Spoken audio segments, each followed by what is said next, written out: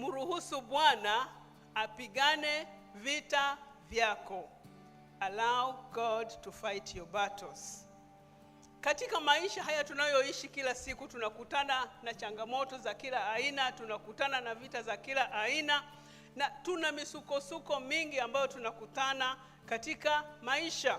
Iwe katika familia, iwe katika maisha yako binafsi, iwe katika mahusiano, kazini, kwenye biashara zetu, mahali popote pale ambapo ni maisha yetu yanatuhusu, kuna changamoto, kuna vita, kuna mambo ambayo yanatusibu, mengine ambayo ni magumu hata kwetu sisi kuyakabili.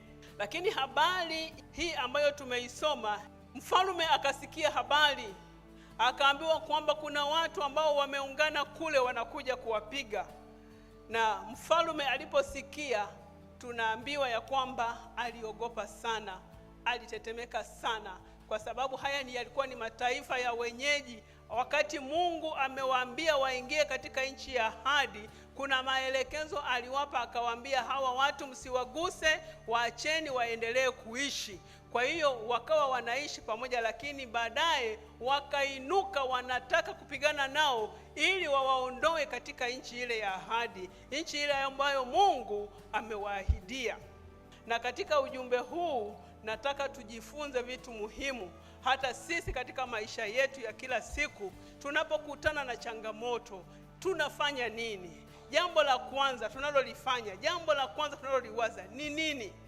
Kwa hiyo somo la kwanza tunasema mtafute Bwana, seek the Lord. Kitu cha muhimu sana ambacho unahitaji katika maisha yako, unapokutana na jambo lolote, unapokuwa kwenye mazingira ya sitofahamu, mahali ambapo hujui ufanye nini, utafute uso wa Mungu. Bwana Yesu asifiwe.